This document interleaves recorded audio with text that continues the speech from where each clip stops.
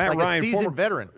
Longtime Atlanta Falcons, former MVP in the National Football League. Now he's an analyst for CBS. Congratulations. Thanks for coming on with us. Yeah, thank you. I'm excited about a different role this fall, but it's going to be fun. And you're already putting your homework in. You're shadowing Andrew today, who you'll be working with all season long, and Tiki as well. Yeah. What'd you pull out of today, just kind of sitting in a couple of production meetings? You used to be on the other side of those. I was going to say it was a little strange being on the one side of it. I've been on the other side of it for so long, but it was cool. I mean, it's really interesting for me to see kind of, I've seen it from one perspective for a long time. Now seeing really how it works on the other side of it is interesting. I've got a ton to learn, picking guys' brains as you're going through it, trying to figure out what works best for you. But it's going to be a blast calling games and having fun. The interesting thing, I remember this moment when I stepped into the booth the first time. My first game ever was a Bills game. Yeah. So it was kind of like it sounds crazy, but the thing I realized as soon as they kicked it off, I was like, I really just hope for a good game. I don't really care. I can't care who wins. Yeah. And that's the first time in 2 decades for you.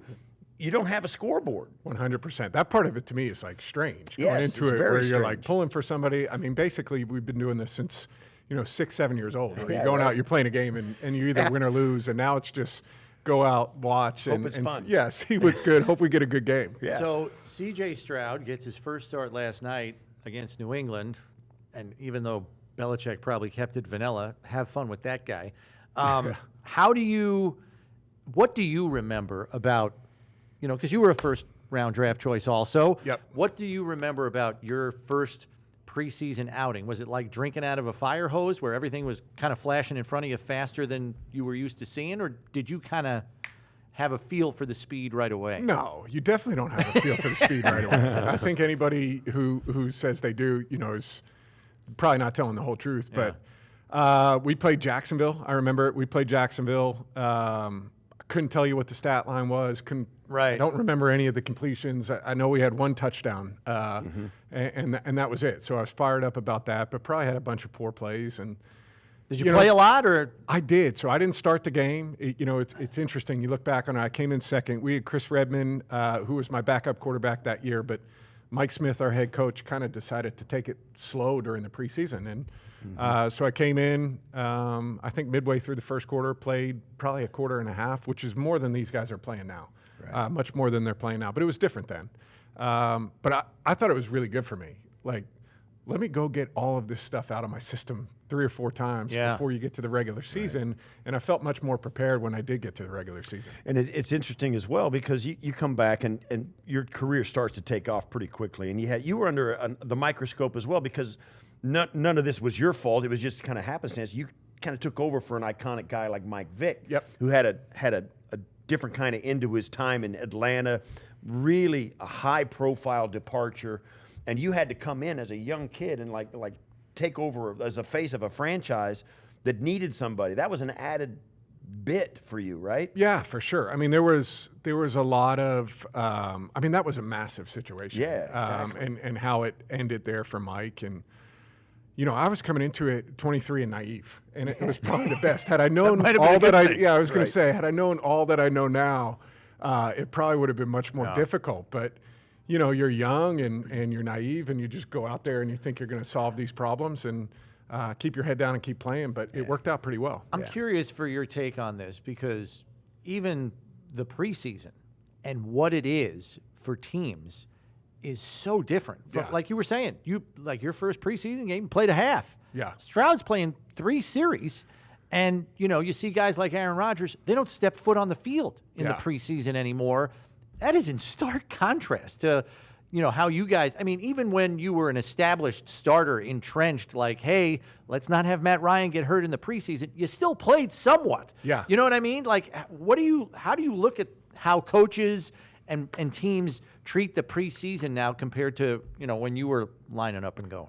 Well, I get the coaching side of it, right? Like, you don't want to lose guys. Yeah. When you go in and you talk to any of these coaches at this point, it's trying to get to week 1 and having your guys, your dogs out there on the field, right? You need them out there.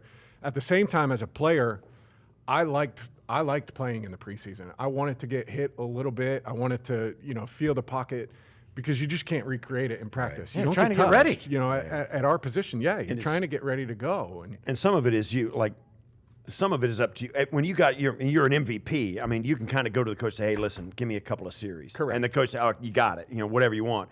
Guys like Stroud, they don't know. We made this point, and I'd like your thoughts about it. Every position, particularly like C.J. Stroud last night, whatever, all rookies, for the first time, you step on a preseason, and all of a sudden you realize, man, there's a lot I don't know. Yeah. Maybe for some of them for the first time. Yes. Right. And I think that's a good thing. Sure. Right. And so I think learning, you go into that game and you're seeing how you prepared, what you thought you did well, what you didn't do well. When you got out there, did I know the checks? Did I know the cans? Did I know the protection? It gives you an honest evaluation of there's no script, right? Like you get these scripts for practice every day and you can kind of memorize it and do those things. And maybe what defense you're going to get, what you're going to go against. The game gives you that first opportunity you don't know what call is going to come in. How well do I know it? Am I getting the play calls out of my mouth? Am I operating in the speed that you need to? I think it's a good thing, and a little bit of struggle is good. I honestly think a little bit of that is good for the young players. You want to get that. You can't get stronger without resistance. Correct. And that's what it is. It's mental resistance. You got to make sure you're jumping through all the mental hoops and checking all the boxes. And it's a long time before a quarterback like you as a rookie comes out and before he goes, no, you're over here, you're over there, because you start to know everybody, not just worried about yourself. You're a big umbrella, like as a quarterback, right? Oh, absolutely. And that takes a long time. It takes years. Yeah. It really does. It takes years. But there's no substitute for game experience. There really isn't. There's nothing like being out there. So with that in mind, we've got another rookie first-round pick who's going to be on the field tomorrow against the Bills, and Anthony Richardson.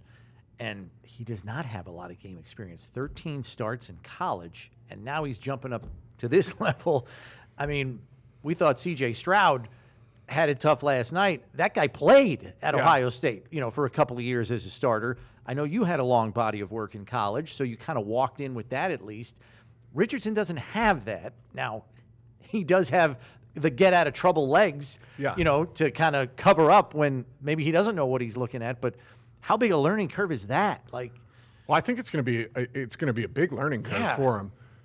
But he's got the skills to learn. He's got all the other stuff that you want. And so I like what they're doing. They're going to get. I think he's starting tomorrow night. And going to get out there and get some of that stuff under his belt, just to go out there and feel what it's like, call the plays, operate a little bit.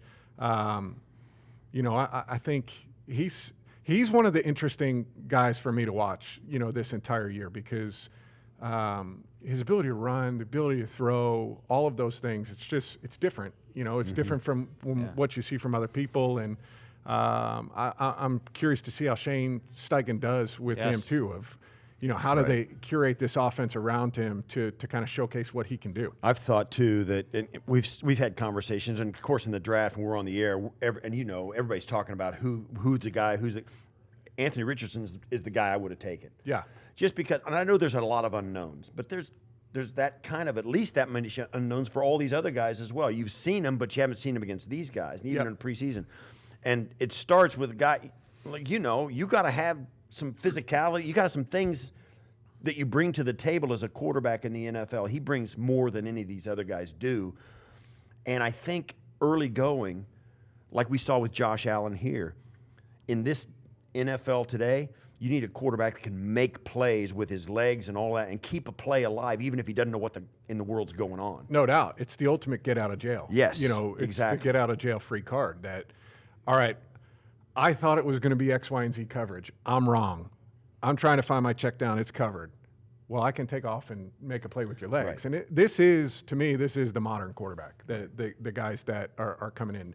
Josh is one of those guys too, right, where they're running the ball 6-8 times a game and picking up third downs. We used to say, like, when I was there, if I rushed for one first down on a third down in a game, we stole a third down. Now it's like, this is we stole one. But I think you're being a little too self-critical. You're right. I mean, that's what we were talking about. Plan. We certainly wouldn't account for it. And so if we got one, it was an added bonus. But you have guys now where you're 3rd and 4 or less. You're talking about running zone reads where we're good with pulling it and running and not putting the ball in the air. Right. And so I like the things I'm with you. I think the skill set that he brings in Gives him fits a for the bigger- league right now. And it also gives him a huge margin of error. Correct. That he can take more time to improve and still stay on the field. You can stay on the field and you can win. You can Yeah, be yeah, that's productive, right. right? And that's the thing too. It's not only stay on the field, but you can find ways to win. Maybe the passing numbers aren't outrageous to start, but they're going to be able to utilize him in ways that maybe you can't with some other guys. Matt, we appreciate you giving us some time here today on your little shadow day with Andrew Catalon. We look forward to seeing you NFL on CBS. Do you know offhand how many times you might be in for Buffalo games? Andrew's done some of ours, I know. pretty regularly. Yeah, so. I think I know for sure we have week 3. So Yeah. we've Okay, got Buffalo yeah. and the Commanders. Yeah, the Washington yeah, yeah. down in D.C. So Awesome. I'm looking forward to it. Yeah. It's great to meet with everybody today. Yeah, appreciate the time. Good luck this season with Andrew and the crew.